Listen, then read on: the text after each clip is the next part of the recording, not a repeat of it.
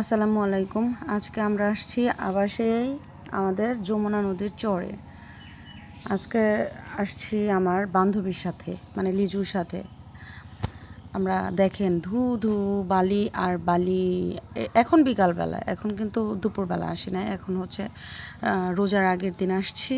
এটা এই যে আমার বান্ধবী লিজু, ও হচ্ছে রাজশাহী ইউনিভার্সিটি থেকে পড়াশোনা কমপ্লিট করছে, আমার মতো মূর্খ না। হ্যাঁ, দেখেন বিকালবেলা আসছি, নদী পুরা শুকনা। ভরা মৌসুমে কিন্তু এই দিক অথই পানি থাকে, ভরা মৌসুমে মানে ভরা পানি, পানিতে টইটুম্বুর থাকে।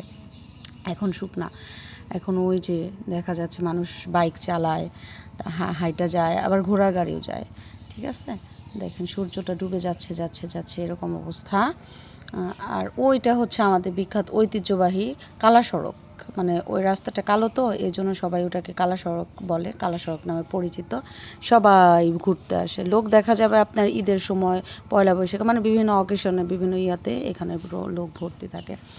আমরা আজকে নদীর পার হয়েছি, নৌকা দিয়ে নদী পার হয়েছি। আমাদের সাথে আরও কয়েকজন ছেলে মেয়ে ছিল, ওদেরকে চিনি না, ওরা হয়তো দূর থেকে আসছে, এখানে নদী পার হয়ে আসছে আমরা। দেখেন এগুলা হচ্ছে তামাক ক্ষেত, আর এ পাশেটা হচ্ছে মুসুরি কালাই, যে মুসুরির ডাল আপনারা খান সচরাচর, সেই কালার এগুলা মশারি কালাই। দেখেন কি সুন্দর জায়গায় আসছি। আর এটা হচ্ছে শাক, বোতে শাক নাকি বেতে শাক, আমরা অবশ্য টাঙ্গাইলের ভাষায় এটা কয় বাইতার শাক, কিন্তু এমনি এটা হয়তো বোতে শাক বলে, কিছু একটা হবে মেবি। আর দেখেন ওই যে দেখা যাচ্ছে হুজুররা, ওনারাও বেড়াইতে আসছে সম্ভবত। হুজুর হলে কি হবে, রোমান্টিক আছে, বউ নিয়ে বেড়াইতে আসছে, ওনারা হয়তো কিছু দেখতেছে। আর ওই যে আসছে আমাদের সাথে কিছু ছেলে মেয়ে, এগুলা চিনি না, আমরা জাস্ট একসাথে নদী পার হয়েছিলাম। হ্যাঁ, ওরা কই যাবে সেটাও জানি না, আমরা ওদের পিছনে ছিলাম। আমরা এই পর্যন্তই যাব, আমরা খুব একটা দূরে যাব না, আমরা এখানেই যাব।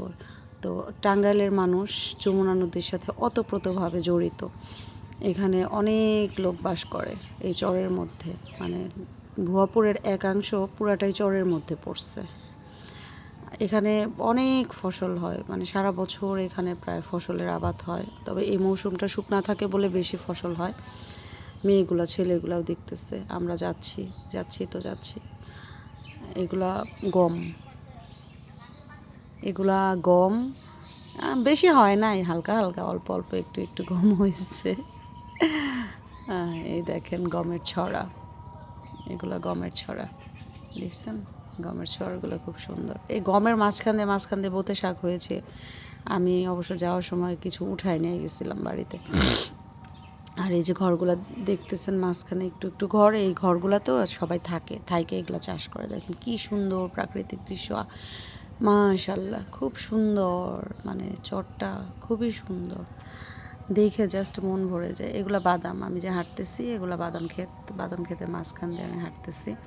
সব হয়, বললাম না যে এখানে সব কিছু হয়, বাদাম বলেন, ওই যে দেখা যাচ্ছে ওগুলো বাদাম, ভুট্টা, গম, চীনা, কাউন, তারপরে হচ্ছে খেসারি কালাই, মশারি কালাই, সব কিছু হয়। দেখেন আমি যাচ্ছি।